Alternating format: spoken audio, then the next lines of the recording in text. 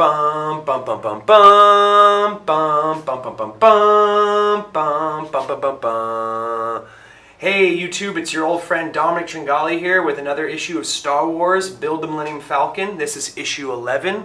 Cover price $10.99, takes us up to €113.40. It's getting there up there in price, but we knew going into this how much this was going to cost, and so we're not going to act surprised. Great rear shot.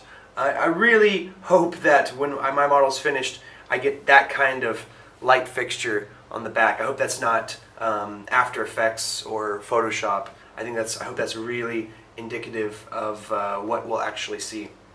So, this issue, we have this write-up about the Imperial TIE Fighter.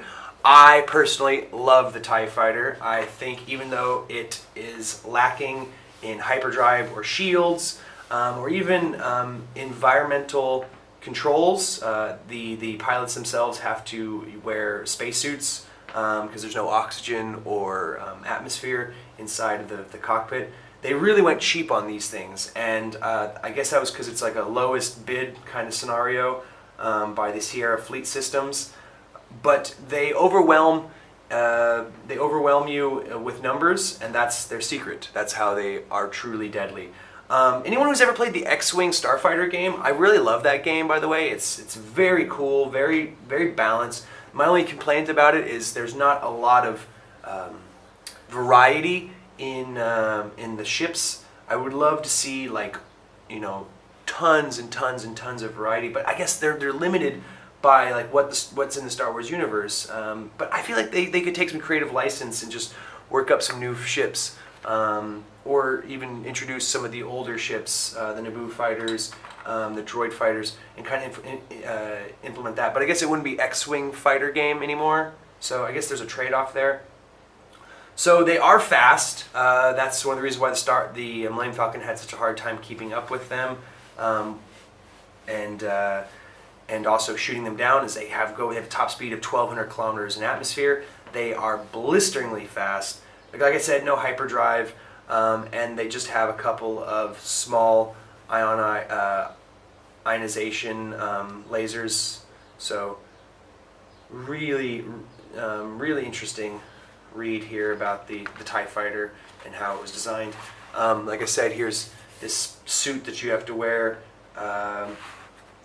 The 4 TIE Fighters that take on the Millennium Falcon 4-on-1. And speaking of the X-Wing fighter game, I've done this 4-on-1, and it's a pretty good fight.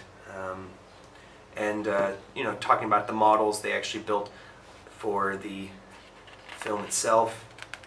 And then we go straight into Alderaan, talking about the planet Alderaan, which we don't know a lot about Alderaan. We only see it a couple of times in the prequel films.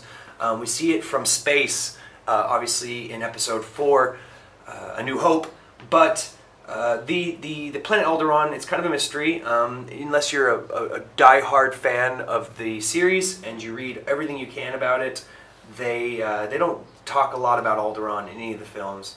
We know Bail Organa is from there. He has a wife. They have a democratic monarchy, which I'm not quite sure how a democratic monarchy works, where you're elected as king. And kind of strange system. Obviously, the star Alderaan, 24 standard hours, 364 local days, very Earth-like. I think that's kind of what they're going for, is that human life comfortably exists on we call it the Goldilocks zone. So these planets that can support human life tend to all be very similar. One moon. It's in the core worlds. Orbital position 2, so it's second from the sun. I assume it's in a similar distance though from the sun. Very close to Coruscant, only 5,000 light years. So it's supposed to be a peaceful world, very peaceful. They're all about diplomacy and whatnot. 95% human, even though the native species is the Killiks. I have no idea what a Killik is. If someone could link me a description of that down below, I'd have to look it up on Wikipedia. If you guys don't know about Wikipedia, Wikipedia is awesome. It's like Wikipedia for Star Wars, so it's Wikipedia.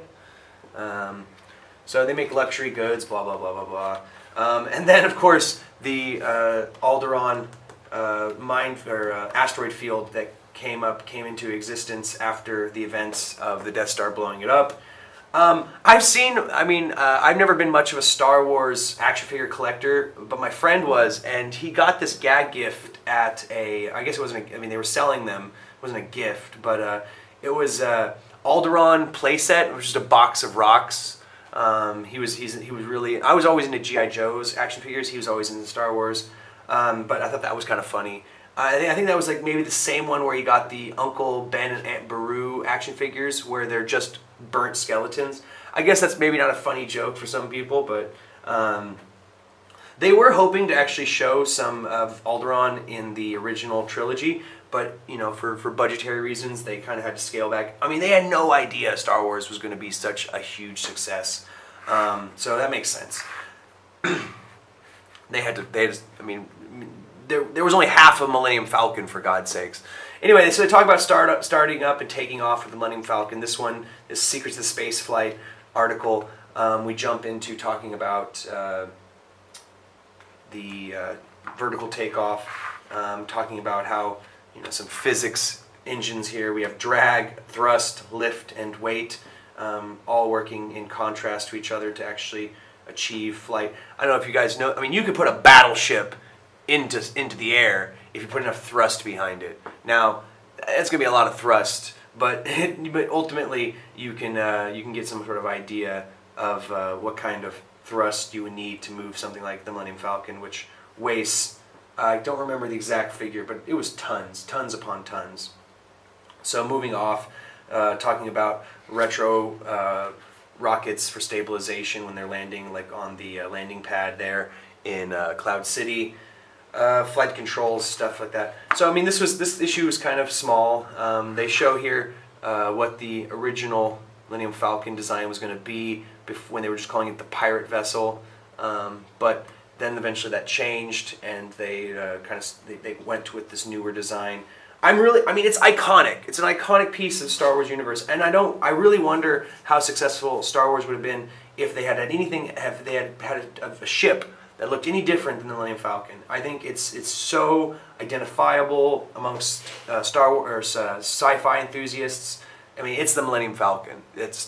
You could say, I mean, people in the know are going to say it's a YT-1300, but it's the Millennium Falcon, man. I mean, X-Wing. The Star Wars universe is so full of very identifiable spacecraft that really sets it apart in the sci-fi universe, in my opinion. All sci-fi universes, for that matter. They're talking about the half of Falcon they had for the original film. All right, and then we go jumping straight into our instructions for the day, what we're going to build and how we're going to build it. So we have bag number 11. Bag number 11. So I'm going to tear this open and we'll see what we get. So with issue number 11, we get another framing piece, another hull piece for the bottom frame. Again, we have nothing to attach that to, so we're just going to put that to the side. We're starting to have a small little collection of those, so the bottom hull is going to be far more complete than the other. Then we get another framing piece for the bottom framing, so to add that to our collection. And I'm hoping eventually to get these off my desk and put together. We will actually be assembling them sometime soon. We don't know about that yet. The only real new piece we got is this wall. This was obviously another one of the walls for the cargo hold, crew hold, main hold of the Millennium Falcon. This is one of the back walls we're still missing. We'll have one longer piece after that that's still missing because, as I said in the last issue, there were 2 missing walls still. I got a lot more screws, so we'll figure out what to do with those at a later date when they give us some instructions. So we're just going to go ahead and put those with all the other screws we have, and we have quite a bit of collection of screws. So let's see what this issue, I'm going to consult with the issue and figure out what our steps are, but I do believe it will be involving something, this piece right here that we got a couple issues ago. We'll finally be clipping off this last piece, these last couple of pieces actually. And we'll see what we're going to do with those. All right, great. So the last two pieces in this sprue are from issue 8, I can see that now, is this curved piece right here. Let's see if I can pull it in a little closer and sharpen focus. So we have this long curved piece right here and this small little piece right here. There's a actual tab here. Again, let me try to pull focus. There's a tab here and a hole here to accept it. So we're going to glue all that together and it'll actually be going on the wall that we assembled in the last issue. Alright, sorry about pulling that off screen. Alright, so let's see what that looks like. So this piping is all glued together and assembled and it looks something like this.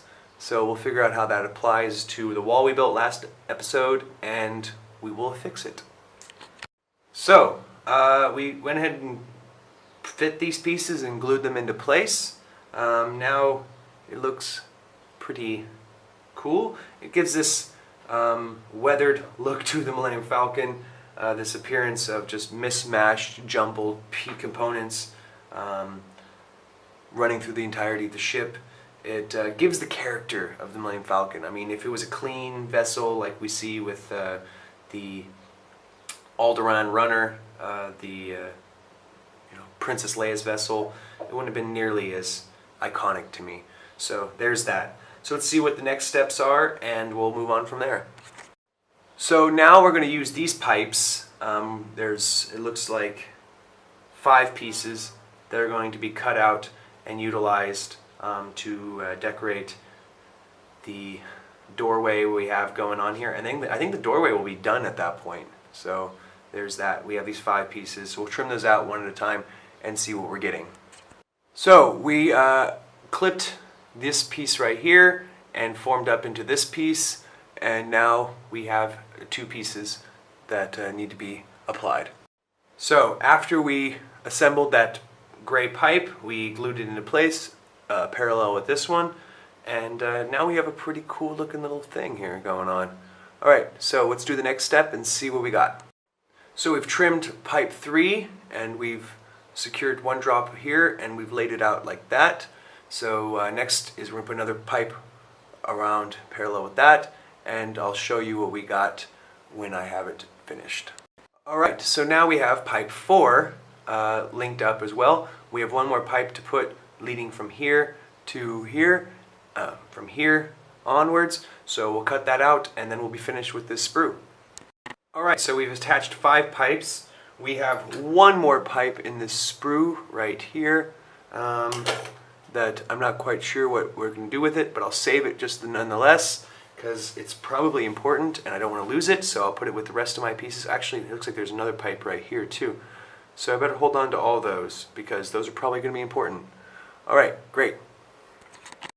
So I've reattached this wall to the floor and you can see the pipes go straight down to the floor. There's a little flange, a little gap here. So we push down and it actually lines up and makes a really cool looking finished product. I love this, man. This is looking awesome. So I'm going to go ahead and put on the other walls. Alright, so I've put the walls back up and put the instrument panel back into place. So I have as much of a complete product as I can. I haven't really glued much into place. I haven't really glued anything major into place yet. And I haven't screwed anything in, so that's why the walls are kind of flimsy right now. I'll have one more wall to put in and then I'll be finished. So that is it for issue 11. Join me for issue 12 where I'll be getting more framing pieces, more hole pieces. I'm hoping that that means that I'll actually be able to assemble the framework and start attaching some of these hole pieces to the exterior because I'm tired of them just hanging around on my desk. Didn't get a lot finished in this particular issue, but every little bit adds to the whole. And I get more and more excited every time I look at one of these pieces on my desk about what comes next. So the question of the day is, what is your favorite Star Wars movie? There's obviously 7 to choose from right now. I would love to hear your comments down below. Make sure to hit that like button and subscribe if you haven't already. And if you could do me a favor and share the video with any of your Star Wars friends, I would really appreciate it because I'm really trying to build up the channel, build up my numbers. I'm almost at 100 subscribers and it's been, you know, it's a minor milestone, a very minor milestone, but for me it would be a bit of encouragement and justification to there are people out there who actually watch these videos and enjoy them. Alright guys, thanks a lot, and I'll see you real soon.